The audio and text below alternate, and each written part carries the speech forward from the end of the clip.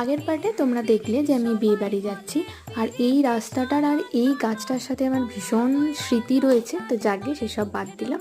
তারপর মোড় থেকে টোটো নিয়ে নিয়েছিলাম, গ্রামের মোড় থেকে।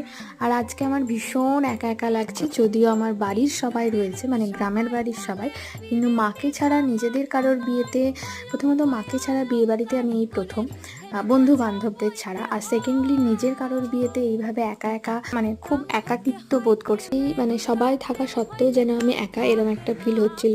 তো যাকে এসে যখন গেছি বিয়ে বাড়ি সবটা ঘুরে ঘুরে দেখছিলাম, আর দেখতেই পেলে বড় চলে এসেছে আর কি। আর তারপর আমরা খেতেও বসে পড়েছি আমার ভাই বোন মিলে।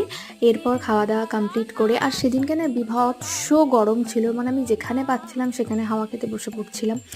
আর এখানে বিয়েও স্টার্ট হয়ে গেছে, তবে বিয়েটা কমপ্লিট করে আর আসা হয়নি, এরপরেই আমাদের চলে আসতে হয়েছিল। আর সবার সাথে আবার নেক্সট পার্টে দেখা হচ্ছে, তো চলো টাটা।